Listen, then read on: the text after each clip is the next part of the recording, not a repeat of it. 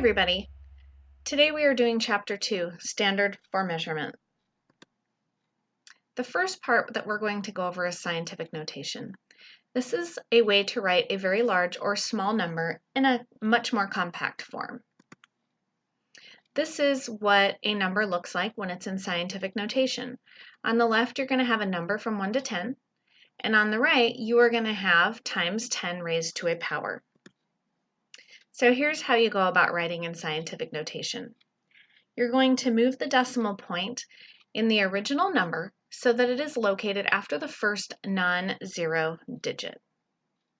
Then you're going to count how many places you had to move that decimal, and that many places is what makes up your exponent. So if you had to move your decimal 4 places, your exponent would be a 4. If you had to move your decimal to the right, your exponent will be negative. If you had to move your decimal to the left, your exponent will be positive. Let's look at this example. Let's write 0.000423 in scientific notation. Remember your rules. You need to have your decimal point after your first non-zero digit, which would be between the 4 and the 2. So let's look at how many places we have to move that decimal point. 1, 2, 3, and 4. The decimal point was moved 4 places, so the exponent should be 4. Now, remember, if you had to move your decimal to the right, your exponent will be a negative exponent, and if you had to move it to the left, it will be a positive exponent. So since it was moved to the right, the exponent will be negative, and writing this in scientific notation would look like this. 4.23 times 10 to the negative 4.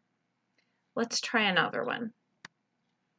What is the correct scientific notation for the number 353,000? 3 significant figures. So, if you remember correctly, we need to have our decimal after our first non-zero digit. Right now, our decimal is at the end of our number. So, we need to move our decimal to the left 1, 2, 3, 4, 5 places. And it also says that we need to have it to 3 significant figures. So our answer would be 3.53 times 10 to the, we moved it 5 places, and we moved it to the left, so it would be a positive exponent, so it would be times 10 to the 5. This is our answer here.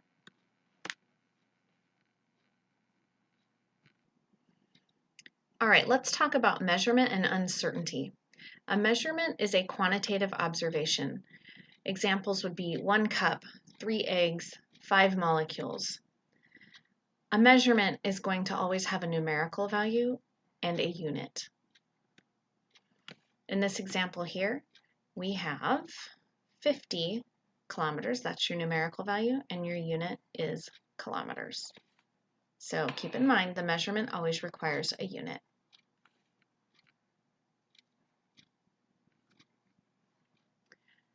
All right, every measurement made with an instrument requires estimation. Uncertainty exists in the last digit of the measurement because this portion of the numerical value is estimated. So basically, we just estimate the last digit of a measurement. The other 2 digits are certain, and the other 2 digits would not change the readings from one person to another. So if I look at this thermometer here, I can tell for sure that I'm at least at 20.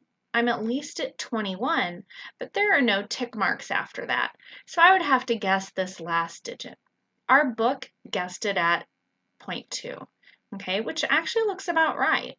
So this digit's measurement would be 21.2 degrees Celsius, with that 0.2 being its estimated digit or doubtful digit. So keep in mind that numerical values obtained from measurements are never exact values. Some degree of uncertainty exists with all measurements. By convention, a measurement typically includes certain digits plus 1 digit that is estimated. Because of this level of uncertainty, any measurement is expressed by a limited number of digits. These digits are called significant figures. Let's take a look at these two thermometers. The first one on the left is recorded at 22 degrees Celsius. The one on the right is recorded at 22.11 degrees Celsius. Let's try to figure out why. I can tell on this first thermometer that I'm at least at 21 and 22 because those are the tick marks that I have here. So 1, 2, 3, 4, 5, all the way up to 30. But I don't have any in between tick marks. So because I can only tell it's at 22, I have to estimate that last digit. To me, since it looks like it's at exactly 22, I would say that that last digit is 0. So it would be at 22.0. We always have to estimate one digit past what we can see. For this one on the right here, we have several tick marks in between. So I can tell it's at least at 21, it's at least at 22. But with this one here, if we were to zoom in, we could tell that it is at least at 22.1.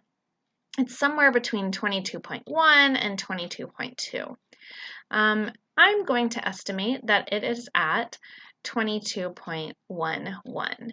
Any of those last digits are estimated, so you could say 22.12, 22.13. That is your estimated digit, and that would be fine. Okay, so this one, we know 22.1, and then estimate the last digit, 1.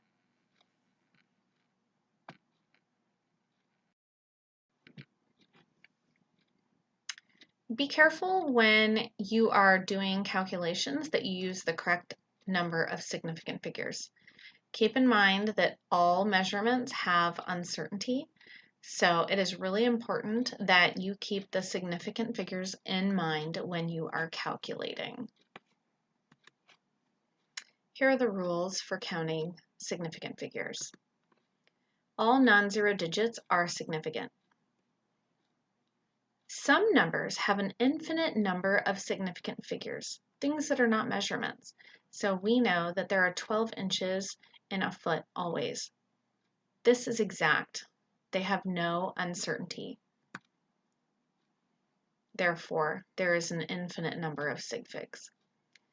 Zeros are significant when they are between non-zero digits. Here's an example. This is significant, so this number 75.04 has 4 significant figures, okay? And if they are at the end of a number and after a decimal point, okay, so if we have 32.410, this has 5 significant figures. All of them are significant. All right, rules for counting significant figures. Zeros are not significant when they appear before the first non-zero digit. So in this example here, we have 0.00321. This has only 3 significant figures because these zeros here are before the first non-zero digit. They do not count. Zeros are also not significant if they appear at the end of a number without a decimal point. So in this example here, 6,920, this only has 3 significant figures, the 6, the 9, and the 2, okay? If you question it, you can put these in scientific notation to be able to see what is significant and what is not. So let's practice a little bit. How many significant figures are in 3.2 inches? All right, well, hopefully you figured 2 significant figures. Let's check 25.0 grams. All right, this is 0, that is after a decimal place. So this has 3 significant figures. 103 people. This is actually not a measurement. This is an exact.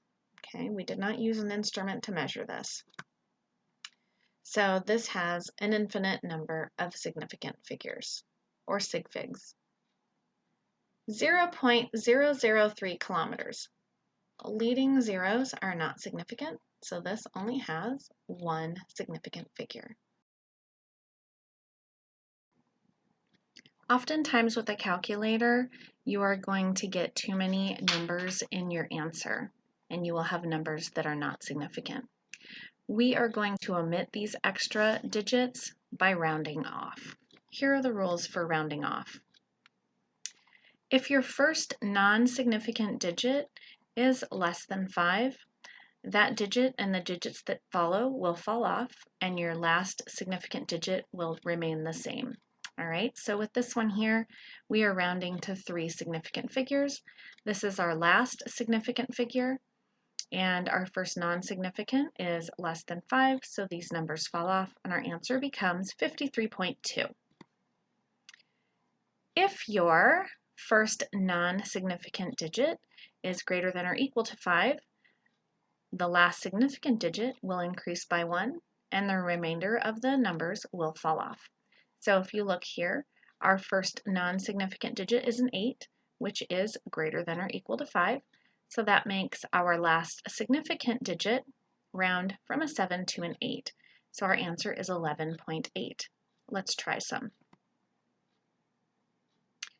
Let's round 79.137 to 4 significant figures, or sig figs, you might hear it like that.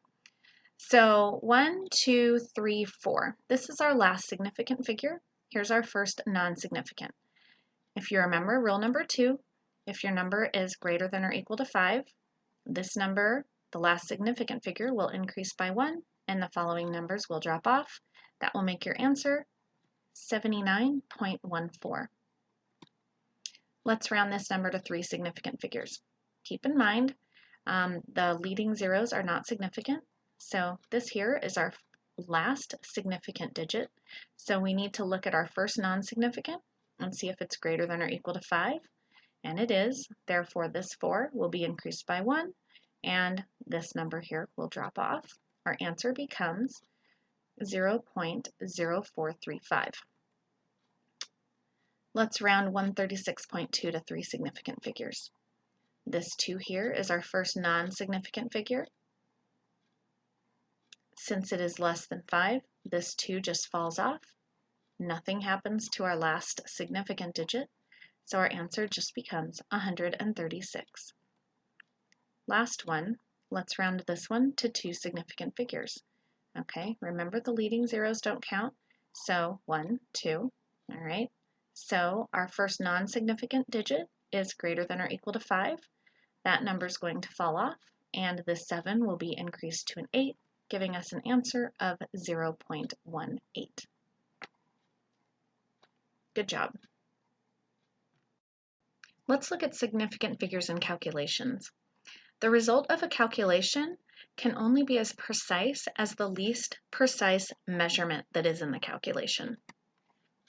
So when we're talking about multiplication and division, the significant figures of the answer are based on the measurement with the least number of significant figures.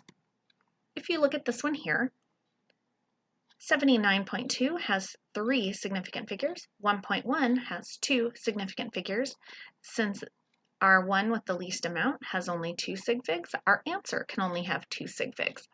So we have 87.12. Our first non-significant digit is a 1 here, which is less than 5. That means these numbers just fall off, and this remains a 7. So our answer is 87. Let's try this one. All right, we notice that this one here has 4 significant figures, this has 2 significant figures, and this has 2 significant figures. In your calculator, this is what's going to pop up. All right, but we know we can only have 2 significant figures in our answer. Our first non-significant figure is a 7, which is greater than or equal to 5. So that number and the numbers to follow will fall off, but because it was greater than or equal to 5, this number here is going to increase by 1. So your answer will become 4.9. All right, so keeping in mind that the results of your calculation are only as precise as your least precise measurement, let's try this with addition and subtraction. The significant figures of the answer are based on the least precise measurement. So if you're looking here at this example, add 136.23 plus 79 plus 31.7, you'll see that you have this first number here that goes 2 places past the decimal. 79 here goes 0 places past the decimal, and 31.7 goes 1 place past the decimal. Our least precise measurement is 79. Sometimes it's easier if you look at them lined up like this. So we can tell that our answer here is only able to go to right here, okay? We aren't able to go past the decimal point. So we need to look at our first non-significant figure, which is 9, and we know that that is greater than or equal to 5. So these two numbers here are going to drop off, and this 6 here needs to be increased to a 7. All right, so the least precise number is 79, and the answer should be rounded to 247. Let's try another one. 142.57 minus 13. All right, I'm just going to go ahead and put up the answer on here. So if you look at this one, what's popping up on your calculator is 129.57. All right, so our answer, our least precise measurement, goes 1 place past the decimal point. So our answer is only significant to that same place. So we're going to look at our first non-significant figure, which is a 7. Okay, so this is greater than or equal to 5. That's going to bump this last significant figure from a 5 to a 6, and so our answer becomes 129.6. Let's do this one. This one involves addition and subtraction first, and then division. So let's take care of the addition and subtraction one. 12.18 minus 5.2. I can tell that my answer is only going to be able to go 1 place past the decimal here, because that is my least precise measurement. This one goes 2 places, but this one just goes 1. All right, so what would pop up on your calculator would be 6.98, but I know I'm only able to use these two. Because of this 8 being greater than or equal to 5, this 9 is going to be bumped up, and my answer is 7.0. All right, now I'm going to divide by 10.1, but our answer is only going to be good to 2 significant figures if you remember from multiplication and division rules. This one is your least precise measurement, okay? So if you take 7.0 and divide by 10.1, this is what's going to pop up on your calculator, 0.693069. But we can only have this to 2 sig figs. So we're going to look at our first non-significant figure, which is a 3. Okay, that is less than or equal to 5. Therefore, all of these numbers here are just going to drop off, and our answer will be 0.69. Great job. In chemistry, we use the metric system. This is a standard system of measurements for mass, length, time, volume, and other physical quantities. So you'll see here for length, we use meter, and your abbreviation is M. Now, you can increase or decrease these abbreviations by adding or changing the prefix. Prefixes are used to indicate multiples of 10. Okay? This helps us because then we're using the decimal system. Here is a table that you will see in your book. We probably won't use all of these, but this is a really good table to have. So a meter is a standard unit of length in the metric system, and its definition is the distance light travels in a vacuum. Here are some common length relationships. 1 meter is 100 centimeters, or 1,000 millimeters, and 1 kilometer is 1,000 meters. The relationship between the metric and English system that we often convert in length is inch to centimeters, and so you guys will use this conversion here quite often. Dimensional analysis converts one unit of measurement to another by using conversion factors. So conversion factors are a ratio of equivalent quantities. So we know that 1 kilometer is equal to 1,000 meters.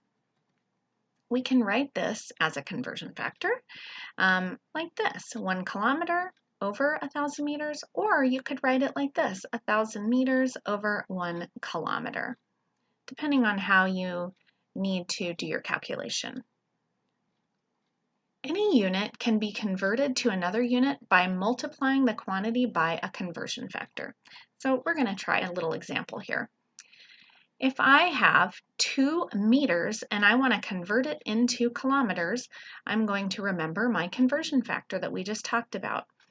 I know that 1 kilometer has 1,000 meters in it, and since I have meters on the top here, I need to make sure when I put my conversion factor together here that I have meters on the bottom so that my meters will cancel. Whoops, there we go. We want my meters to cancel. All right, there we go. All right, and if we take 2 divided by 1,000, we will end up with 0.002 kilometers. Units are treated like numbers that can cancel. The conversion factor must cancel the original unit and leave only the desired unit behind. So in this one here, we wanted to get rid of meters and we wanted to get into kilometers, which is what we did by canceling our units.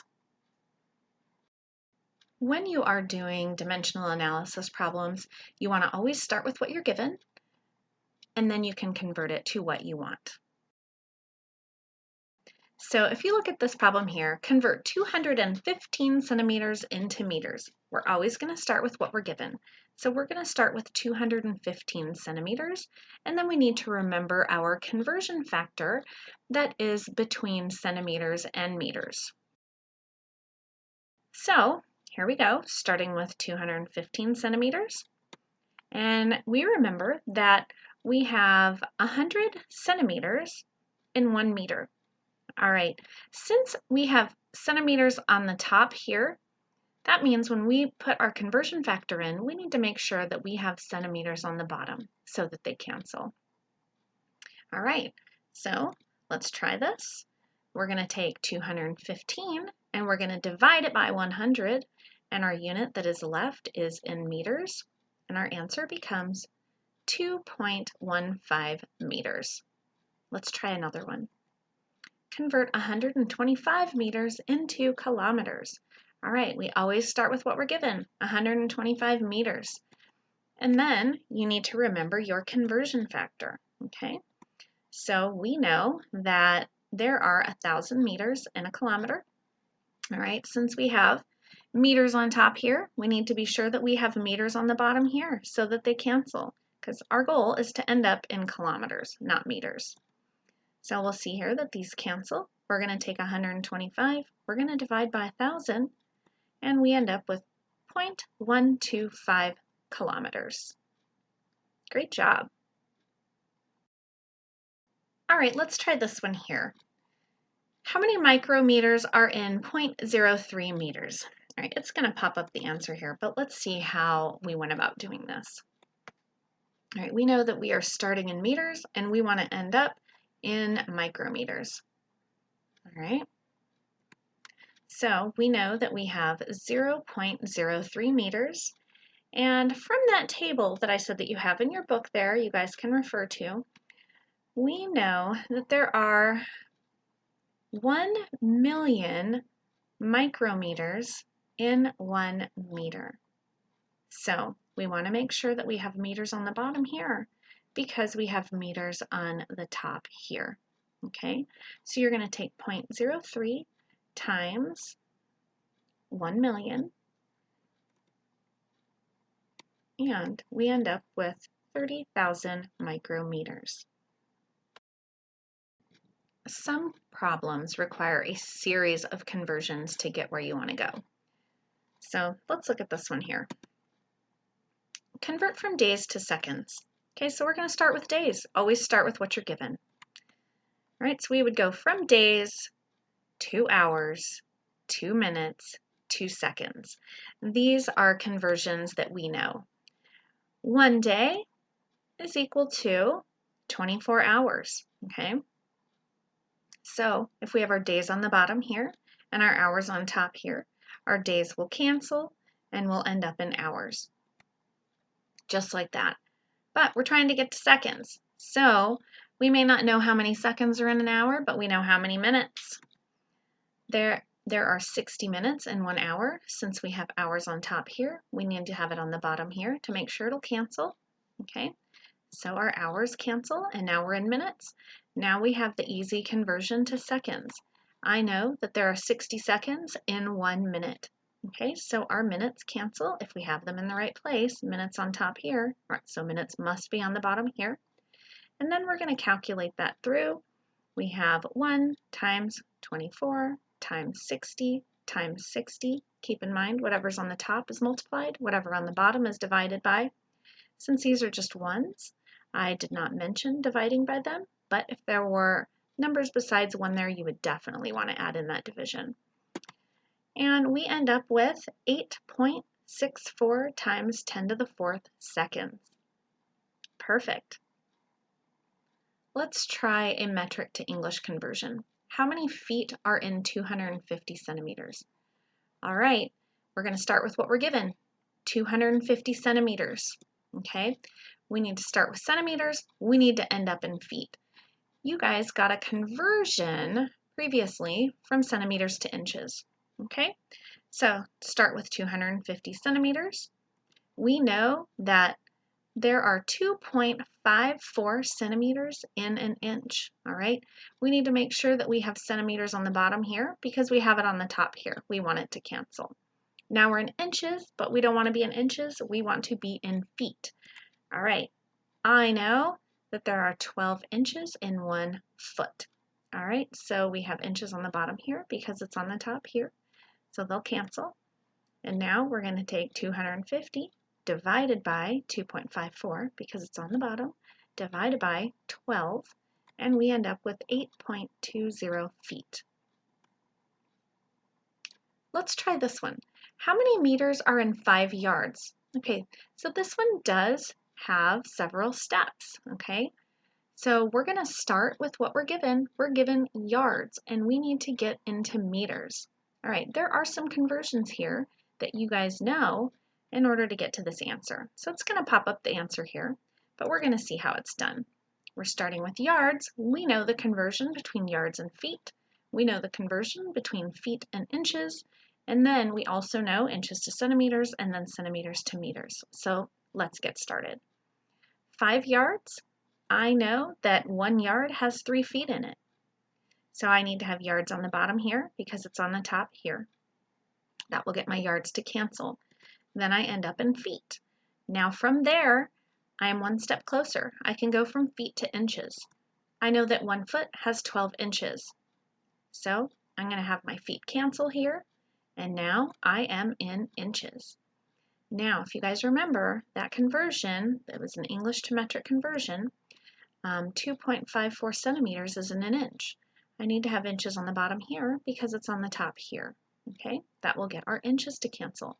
Now we are finally in centimeters, but we want to be in meters. That is what the question asked for. So our metric conversion, we know that there are 100 centimeters in a meter. So I want centimeters to cancel. So I need to have centimeters on the bottom here because it's on the top here. That makes that cancel. Now you can do the calculation, which is 5 times 3 times 12 times 2.54. Now this one's on the bottom, so divided by 100. And your answer is 4.57 meters. Excellent job. Let's try another one. How many centimeters are in a box that measures 2.20 by 4.00 by 6.00 inches? All right, so we are starting in inches and we need to get to centimeters. In inches, we have 2.20 times 4.00 times 6.00. If If you calculate that out, you get 52.8 inches cubed. But we don't want inches, we want centimeters. So we need to remember that conversion that brings us between inches and centimeters. 52.8 inches cubed. There are 2.54 centimeters in an inch. Okay, so I need to be sure to have my inches on the bottom because it'll cancel with my inches on the top here. And if you calculate this out, you get 865 centimeters cubed. Perfect, that's exactly what we wanted. All right, let's talk about mass. Mass is the amount of matter an object has, whereas weight is the effect of gravity on an object. Weight is measured on a scale. So we are going to do some conversions with mass because this is our standard measurement in the metric system. Here's a table that has a lot of conversions for mass. It's found in your book. You guys can refer back to this. Let's convert 343 grams to kilograms. All right, so I'm going to start with what I'm given. I'm given grams, and I need to convert into kilograms. So we're going to need to remember how many grams are in a kilogram. All right, there are 1,000 grams in a kilogram. You guys can write this conversion factor as kilograms over grams, or you can write grams over kilograms, depending on how you need to have it in your calculation. So we're starting with 343 grams, all right? So which one of these conversion factors would I need to use to get my grams to cancel? Well, here I have my grams on the top, so I need to have my grams on the bottom. So we're going to use this one. All right, so you'll see that my grams cancel and I can end up in kilograms. So I'm going to take 343 grams, I'm going to divide it by 1,000, and I end up with 0.343 kilograms. How many centigrams are in 0.12 kilograms? All right, well there's your answer, but let's see how we came across this. When you are doing a calculation where you already have a metric prefix, in this one here, your metric prefix is kilo, and we are converting it to something that has a metric prefix, in this case it is centi, we always have to go through the base unit. So for mass, your base unit is grams. All right, so we're going to start with what we're given in kilograms. We are going to get to the base unit of grams, and then from there, you can convert into centigrams. All right, so starting with 0.12 kilograms. I know that there are 1,000 grams in a kilogram. I need to have my kilograms on the bottom here because I have it on the top here. All right, so that makes my kilograms cancel. Now I'm in grams, but my question asks for me to get into centigrams. So you need to remember that there are 100 centigrams in a gram. I need to have grams on the bottom here, so it'll cancel with the grams on top here. And if I calculate this out, 0.12 times 1,000 times 100, I end up with 1.2 times 10 to the 4th centigrams. Now for the measurement of volume. Volume is the amount of space occupied by matter. You can measure volume in the lab by several different devices. One that we commonly use in our Chemistry 130 lab is the graduated cylinder. You'll find that a lot. Volume is the amount of space occupied by matter. In the metric system, we typically use liter or milliliter. Here are your devices that we commonly use in the lab. Let's learn some common relationship. 1 liter equals 1,000 milliliters, or 1,000 cubic centimeters. It is important to know that 1 milliliter equals 1 centimeter cubed, and another one that might be quite common is 1 liter is 1.057 quarts. Let's look at this problem. Convert 0.345 liters to milliliters. Just like all of our other conversions, you're going to start with what you are given. 0.345 liters.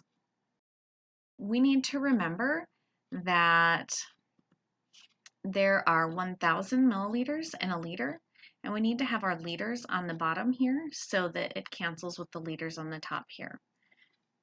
Then you're going to take your 0.345, you're going to multiply it by 1,000, and you end up with 345 milliliters. How many milliliters are in a cube with sides measuring 3.1 inches each? I think it'd be a good idea to first convert your inches into centimeters, okay? Because we know that 1 centimeter cubed equals a milliliter. All right, so we already have our answer here, but let's start with what we're given, 13.1 inches, and let's convert that into centimeters.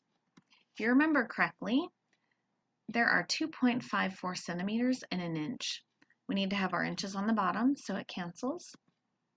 And if you calculate that out, you're going to end up with 33.3 centimeters.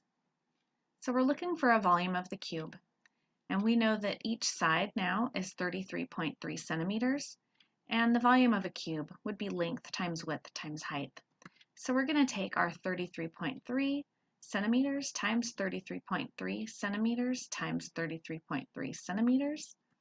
And we're going to end up with 3.69 times 10 to the 4th centimeter cubed.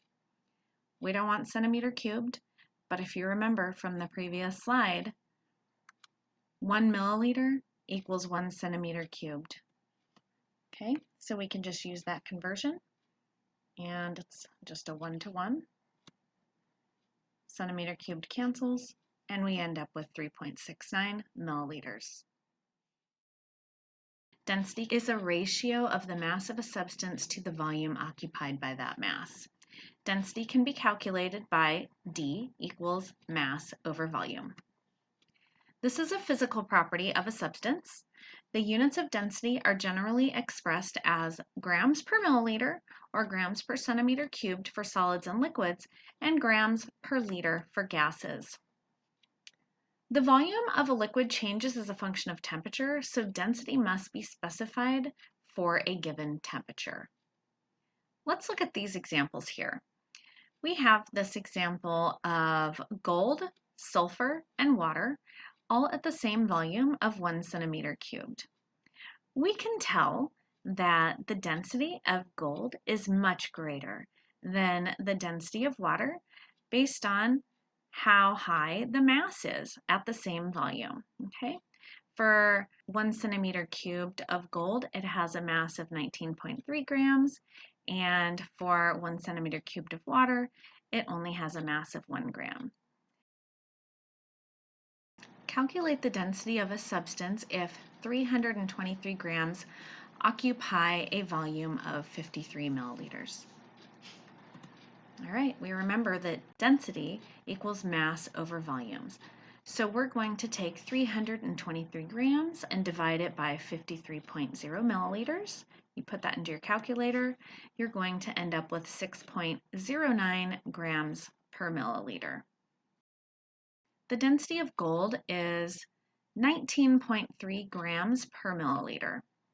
What is the volume of 25 grams of gold? Well, we can use our density as a conversion factor to get out of grams and into milliliters because this problem asks us for volume. So we're going to start with what we're given, the 25.0 grams of gold, and we're going to convert the grams of gold into milliliters using that conversion factor of density. So 25.0 grams, we need to make sure that we have grams on the bottom here. This is our density that we're using as our conversion factor, the density of gold. So we have our grams on the bottom, so it'll cancel with our grams on the top. And if you calculate that out, we are going to have an answer of 1.30 milliliters. Just a refresher back from the beginning of this chapter, we started with 3 significant figures here, and we have 3 significant figures in the answer. Let's look at this one. What is the mass of 1.50 milliliters of ethyl alcohol? The density of ethyl alcohol at 4 degrees Celsius is 0.789 grams per milliliter. So we need to start with what we're given. We're going to start with our 1.50 milliliters of ethyl alcohol, and we're going to use this density as a conversion factor to get our milliliters to cancel and get into the unit that we want of gram. All right, so we're going to start with milliliters, use our density. We need to make sure that we have milliliters on the bottom so that our milliliters will cancel. We're going to take our 1.50 milliliters, multiply by 0.789, and our answer is 1.18 grams. Perfect. That is everything that we need to know for this chapter. Great job.